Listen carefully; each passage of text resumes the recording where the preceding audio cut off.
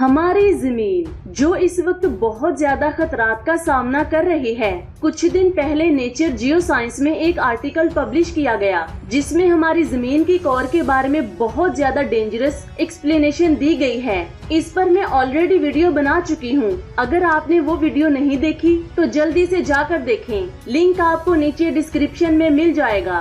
Frank होगरबर्ट्स जो एक Dutch scientist हैं, इन्होंने 3 फरवरी को एक ट्वीट की थी जिसमें इन्होंने बताया था कि बहुत जल्द साउथ सेंट्रल तुर्की, जॉर्डन, सीरिया और लिबनान में 7.5 मैग्नीट्यूड का जलजला आएगा। इस ट्वीट के ठीक 3 दिन बाद यानी कि 6 फरवरी को तुर्की में बहुत ही खतरनाक जलजला आया जिसका मैग्नीट्यूड 7.8 था, जो कि डच साइंटिस्ट के ट्वीट के साथ तकरीबन सेम ही है।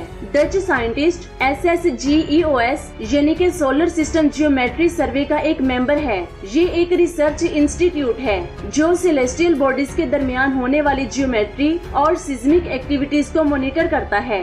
यानी कि ये प्लेनेटरी पोजीशन को रीड करके एक अंदाजा लगाते हैं कि हमारी जमीन पर किस जगह कौन सी एक्टिविटी होगी। इन्होंने भी एक ट्वीट किया था जिसमें उन्होंने बताया था कि 4 फरवरी से 6 फरवरी तक 6 या फिर उससे ज्यादा मैग्नीट्यूड की एक सिस्मिक एक्टिविटी आने वाली है। यहाँ सिस्मिक एक्टिविटीज का मतलब हमारी जमीन के अंदर कुछ चेंजिंग्स का आना है जिनका मोस्टली रिजल्ट जलजला होता है। इनकी इस ट्वीट का नतीजा आप तुर्की में आने वाले जलजले को देख सकते हैं।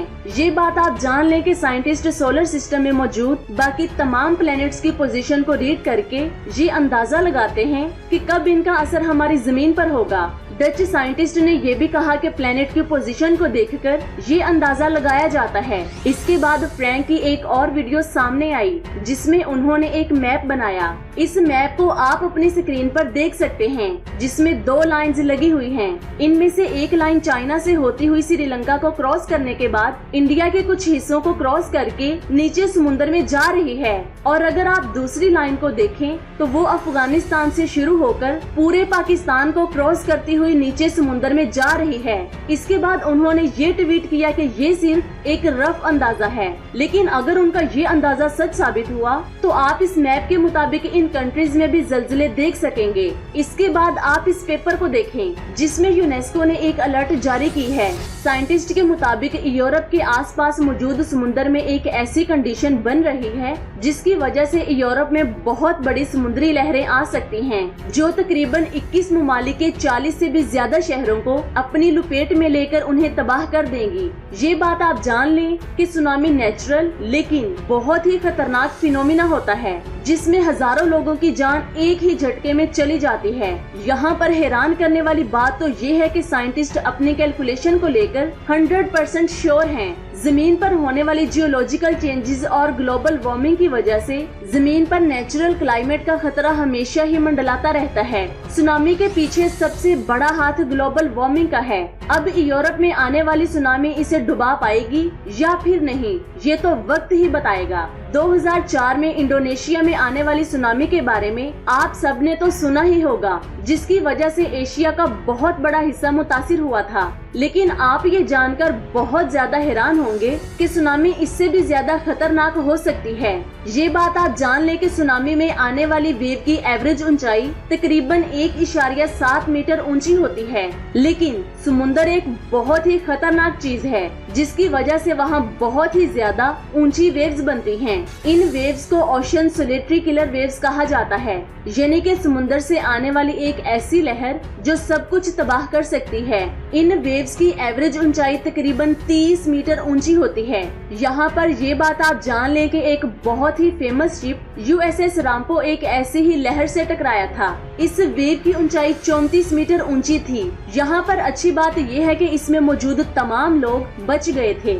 ये बात आप जान लें कि ये भी समुद्र की सबसे खतरनाक लहर नहीं है। इससे भी ज्यादा खतरनाक लहर ड्रॉपनीर किलर विंड्स वेव होती हैं। इन वेव्स की ऊंचाई तकरीबन 27 मीटर ऊंची होती है, जिनमें बहुत ज्यादा पोटेंशियल एनर्जी स्टोर्ड होती है। साइंटिस्ट के मुताबिक अगर ये लहर किसी भी शिप से टकराती है तो उसका बचना तकरीबन नामुमकिन हो जाता है। समुद्र में आने वाली हर लहर के बारे में साइंटिस्ट डाटा इकट्ठा कर चुके हैं, लेकिन इन लहरों के बारे में साइंटिस्ट कुछ ज्यादा नहीं जानते। ऐसा इसलिए क्योंकि ये वेव्स समुद्र में बहुत ही मुश्किल से फॉर्म होती हैं, जिसकी वजह से उस वक्त इस पर रिसर्च करना बहुत ज्यादा मुश्किल हो जाता है।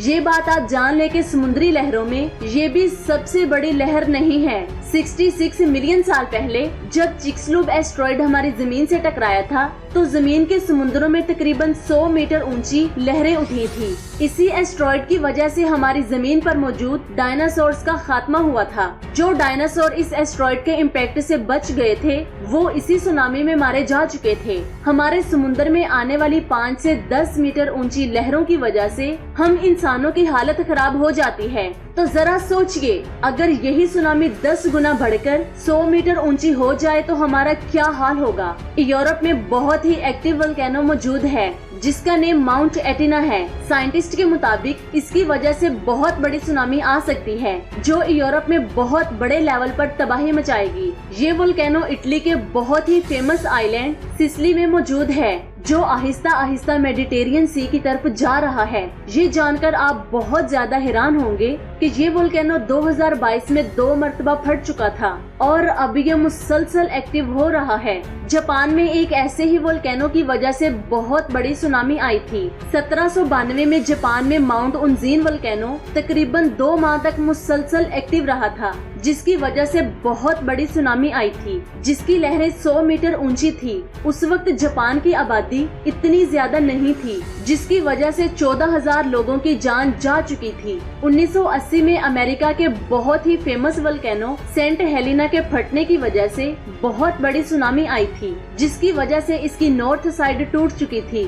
इस पहाड़ के टूटने की वजह से बहुत ज्यादा बर्फ नीचे की तरफ फिसलती हुई आई थी, जिसकी रफ्तार 240 किलोमीटर फी घंटा होती है। जब एक साथ इतनी ज्यादा बर्फ किसी समुद्र में गिरती है तो उससे बनने वाली लहरें तकरीबन 250 मीटर ऊंची होती हैं। इस एरिया में ज्यादा लोग नहीं रहते थे, जिसकी वजह से सिर्फ वही लोग मरे थे जो इस नज़ारे को देखने गए थे।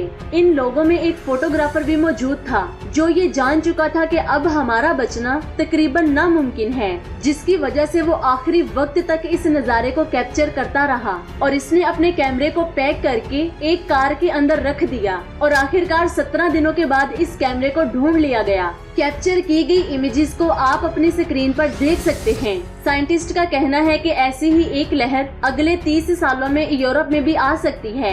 यूरोप के समुद्री एरिया में बहुत ज्यादा लोग रहते हैं, जिसकी वजह से तबाही बहुत बड़े पैमाने पर होगी। जब भी नेचुरल सुनामी आती है तो दरमियान में से पानी पीछे की तरफ होना शुरू हो जाता है, जो सुनामी आने का एक क्लियर सिग्नल होता है। आज हम टेक्नोलॉजी में इतने ज्यादा एडवांस हो चुके हैं कि हम सुनामी जैसी नेचुरल फिनोमिना को भी क्रिएट कर सकते हैं। ऐसी चीजों को वर्ल्ड वॉर 2 में पहली बार नोटिस किया गया था।